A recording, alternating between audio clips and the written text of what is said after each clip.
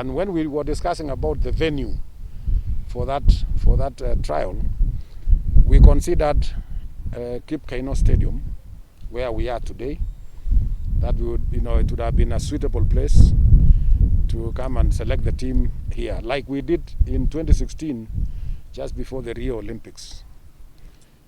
Because when we came here that time, we saw that everybody, people really liked, and they were happy to see the athletes coming to run here. So we wanted to give also that opportunity for the athletes who come from here, and all the other athletes of Kenya, even those who come from abroad. Because you know that we also have a lot of Kenyan athletes who are running or who are training or employed elsewhere outside this country.